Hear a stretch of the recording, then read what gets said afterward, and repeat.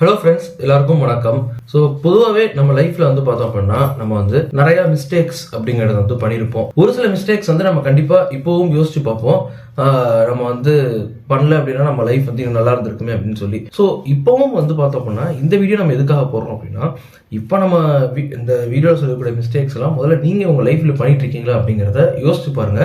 ஏன்னா பல நேரங்கள்ல நம்ம வந்து மிஸ்டேக்ஸ் பண்றோம், தவறுகள் பண்ணிட்டு இருக்கோம் அப்படிங்கிறது தெரியாமலேயே நம்ம என்ன பண்ணிட்டு இருப்போம் அப்படின்னா தவறுகள் அப்படிங்கிறத பண்ணிக்கிட்டு இருப்போம்.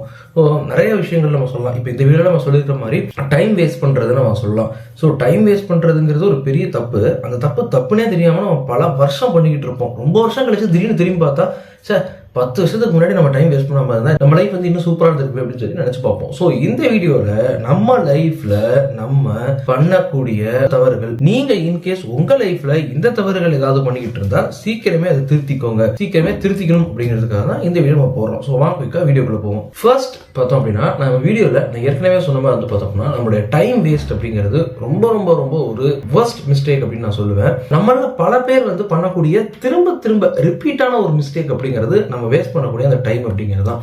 இப்போ என்ன கேட்டிங்க அப்படின்னா கூட நான் வந்து ஒரு 10 இயர்ஸ்க்கு முன்னாடி டைம் அப்படிங்கிறத பயங்கரமா வேஸ்ட் பண்ணிக்கிட்டு இருந்தேன். சரி, அப்போ ஏதோ கொஞ்சம் வேஸ்ட் பண்ணிட்டு இருந்தேன். ஓகே, 5 வருஷத்துக்கு முன்னாடி வேஸ்ட் பண்ணிட்டு இருந்தேன்னா எகைன் வேஸ்ட் பண்ணிட்டு தான் இருந்தேன். நேற்றுக்கு வேஸ்ட் பண்ணிட்டு இருந்தானா எகைன் வேஸ்ட் பண்ணிட்டு தான் இருந்தேன். மேபி அதோட அளவுங்கிறது கம்மியா இருக்கலாம். முன்னாடி வந்து எப்போ பார்த்தாலும் வேஸ்ட் பண்ணிட்டு இருக்கிறது கொஞ்சம் வேஸ்ட் பண்ற மாதிரி மாறி இருக்கலாம். பட் தப்பு தான் அப்படிங்கும் போது நம்மளோட டைமை வந்து கண்டிப்பா நம்ம வேஸ்ட் பண்ணவே கூடாது.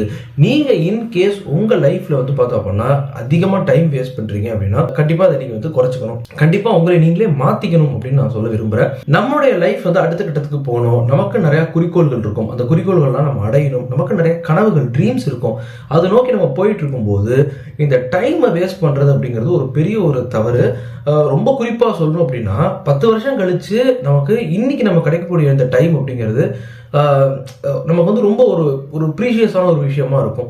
இப்போ நம்ம யோசிச்சு பார்க்குறோம் இல்லையா, சார் நம்ம 10 வருஷத்துக்கு முன்னாடி நம்ம டைம் வேஸ்ட் பண்ணாமல் இருந்திருந்தோம்னா இந்நேரம் நம்ம லைஃப் வேற ஒரு திசைக்கு, வேற ஒரு டைரக்ஷனுக்கே போயிருக்கும் அப்படிங்கிறத இப்போ நம்ம யோசிச்சு பார்க்குறோம். ஸோ அப்போ இன்னைக்கு நமக்கு இருக்கக்கூடிய ஒவ்வொரு நிமிஷம், ஒவ்வொரு செகண்டு, ஒவ்வொரு மணி நேரமே நமக்கு வந்து ரொம்ப ரொம்ப குரூஷியலான ஒரு விஷயம் அப்படிங்கிறத ஞாபகம் வச்சுக்கோங்க. அடுத்த ஒரு தவறு என்ன அப்படின்னா ஹெல்த்தை பார்த்துக்காம வர்றது. எகைன் இதுவும் வந்து நம்ம பண்ணக்கூடிய ஒரு தவறு. உங்களுடைய ஹெல்த் தான் உங்கள்கிட்ட இருக்கக்கூடிய ஒரு மிகப்பெரிய ஒரு அசட், சொத்து அப்படின்னு நான் சொல்லுவேன். சின்ன வயசுல நம்ம வந்து பார்த்தோம் அப்படின்னா நம்ம கண்களை ஒழுங்கா கவனிக்காம விட்டுருப்போம். ஏதாவது ஒரு விபத்துல நமக்கு ஏதாவது ஒன்று அடிபட்டு இருக்கலாம், ஏதோ ஒன்று ஆயிருக்கலாம். பட் சொன்னா நம்ப மாட்டீங்க, இப்போ வரைக்கும் நமக்கு அதோட பாதிப்பு அப்படிங்கிறது இருந்துட்டே தான் இருக்கும். ஸோ இந்த மாதிரி தான் நம்ம ஹெல்த்தை நம்ம வந்து பயங்கரமா கவனிச்சுக்கணும். ஹெல்த்தை முதல் மதிக்கணும். ஹெல்த் இஸ் வெல்த் அப்படின்னு சொல்லுவாங்க. ஸோ அதனால தயவு செஞ்சு வந்து இந்த நோயற்ற வாழ்வு குறைவற்ற செல்வம் அப்படிங்கிறதுலாம் 100க்கு 100% உண்மைதான். ஸோ ஹெல்த்தை நல்லா பார்த்துக்கோங்க. ஹெல்த்தை பார்த்துக்காம விட்டீங்க அப்படின்னா அது மிகப்பெரிய ஒரு தவறு அப்படிங்கிறத ஞாபகம் வச்சுக்கோங்க. மூன்றாவது, கோல்ஸ், குறிக்கோள்கள் அப்படிங்கிறது இல்லாமல் இருக்கிறது. ஸோ எகைன் வந்து பார்த்தோம் அப்படின்னா இந்த கோல்ஸ் அப்படிங்கிறது எப்படி வேணா இருக்கலாம். ஒரு பர்சனல் கோலாக இருக்கலாம், ஃபிட்னஸ் கோலாக இருக்கலாம், ஹெல்த் பேஸ் பண்ண கோலாக இருக்கலாம், எப்படி வேணா இருக்கலாம்.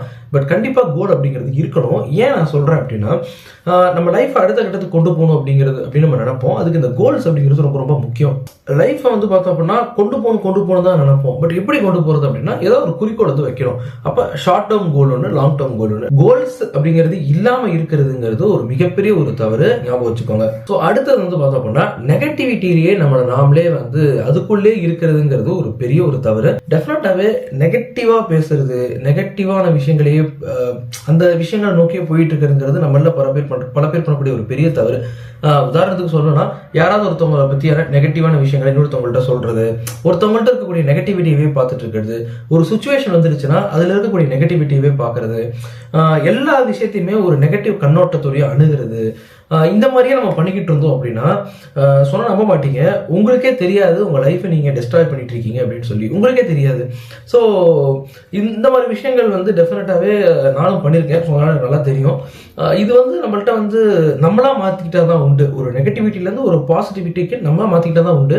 நெகட்டிவா சிந்திக்கிறது, நெகட்டிவா பேசுறது அப்படிங்கிறது நம்ம பண்ணக்கூடிய ஒரு தவறு அப்படிங்கிறத ஞாபகம் வச்சுக்கோங்க. அடுத்த ஒரு பெரிய தவறு என்ன அப்படின்னா நாமளாவே வந்து இருக்கிறது கிடையாது அப்படிங்கிறது தான்.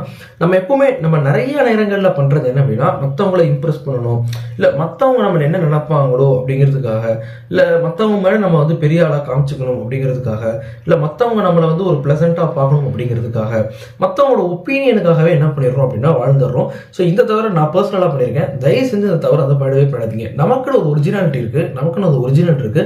ஸோ அது ரொம்ப ரொம்ப ரொம்ப ஒரு முக்கியமான ஒரு விஷயம். ஸோ என்ன கேட்டிங்க அப்படின்னா உங்களுடைய லைஃபோட growth, வளர்ச்சி எல்லாமே 100% நீங்க ஒரிஜினலா இருக்கும் போதுலேருந்து தான் வரும். ஓகேவா? நீங்க இன்கேஸ் ஃபெயிலியரே சந்திக்கிறீங்க, தோல்வியே சந்திக்கிறீங்க அப்படின்னா கூட நீங்க ஒரிஜினலா இருக்கும்போது தான் அதுல லேர்ன் பண்ணிக்கிட்டு உங்களால அடுத்த கட்டத்துக்கு போக முடியும். ஸோ என்னைக்குமே மற்றவங்க நம்மளை எப்படி பார்க்கணும், மற்றவங்க நம்மளை வந்து சூப்பராக கவனிக்கணும், ஐ மீன் மற்றவங்க நம்மளை வந்து பெரிய ஆளாக பார்க்கணும், ரொம்ப அப்படியே பயங்கரமாக வந்து ஃபேசினேட் ஆகணும் அப்படிங்கிறதுக்காக நீங்க பண்ணீங்க அப்படின்னா நீங்க ஒரு மிகப்பெரிய ஒரு தவறை பண்ணிட்டு இருக்கீங்க. தயவுசெய்து தப்பை பண்ணவே பண்ணாதீங்க. பி யுவர் செல்ஃப் அப்படிங்கிறத வந்து உங்க ஆழ் மனசுல ஏற்றிக்கோங்க. மற்றவங்கள பிளேம் பண்றது அப்படிங்கிறது ஒரு மிகப்பெரிய ஒரு தவறு. எப்பவுமே ஒரு சுச்சுவேஷன் ஒரு மோசமா போயிடுச்சு அப்படின்னா எப்பவுமே வந்து மற்றவங்கள பற்றி தான் நம்ம பிளேம் பண்ணிட்டு இருப்போம். அவங்க அப்படி பண்ணியிருக்கணும், இவங்க இப்படி பண்ணியிருக்கணும் அப்படின்னு சொல்லி. ஸோ அதை நம்ம சொல்றதை வந்து அதனால எந்த யூஸுமே கிடையாது. ஸோ அந்த சுச்சுவேஷனை நம்ம எப்படி ஹேண்டில் பண்ணியிருக்கணும், நம்ம எப்படி அதை அந்த சுச்சுவேஷன்ல தவறு பண்ணாமல் இருந்திருக்கணும், இல்லை நம்ம எப்படி அந்த சுச்சுவேஷனை ஹேண்டில் பண்ணியிருந்தா அது நமக்கு பெட்டராக இருந்திருக்கணும் அப்படிங்கிறத பற்றி தான் நம்ம சிந்திக்கணும். இதுதான் பாசிட்டிவிட்டி அப்படின்னு நான் சொன்னேன். ஏன்னா மற்றவங்க நீங்க பிளேம் பண்றதுனால வந்து ஒன்றும் வந்து ஆக போறது கிடையாது. அதனால உங்களுக்கு தேவையில்லாத ஒரு நெகட்டிவிட்டி தான் வந்து வரும். அதுக்கு மாறா நம்ம என்ன பண்ணியிருக்கணும் அப்படிங்கிறத மட்டும் நீங்க வந்து யோசிங்க. ஸோ மற்றவங்கள பிளேம் பண்ணிக்கிட்டு இருக்கிறது, கம்ப்ளைண்ட் பண்ணிட்டு இருக்கிறதுங்கிறது ஒரு மிகப்பெரிய ஒரு தவறாக நான் பார்க்குறேன். ஸோ இந்த வீடியோவில் நான் சொல்லியிருக்கக்கூடிய இந்த தவறுகள்லாம் நீங்கள் கண்டிப்பாக ரிப்பீட் பண்ண மாட்டீங்க, இந்த தவறுகளை பண்ண மாட்டீங்க அப்படின்னு நான் வந்து நம்புறேன். ஸோ அடுத்த வீடியோஸில் இன்னும் பல விஷயங்களை அதை பற்றி பார்ப்போம். ஸோ நீங்கள் நம்ம சேனல் சப்ஸ்கிரைப் பண்ணுங்க. பை.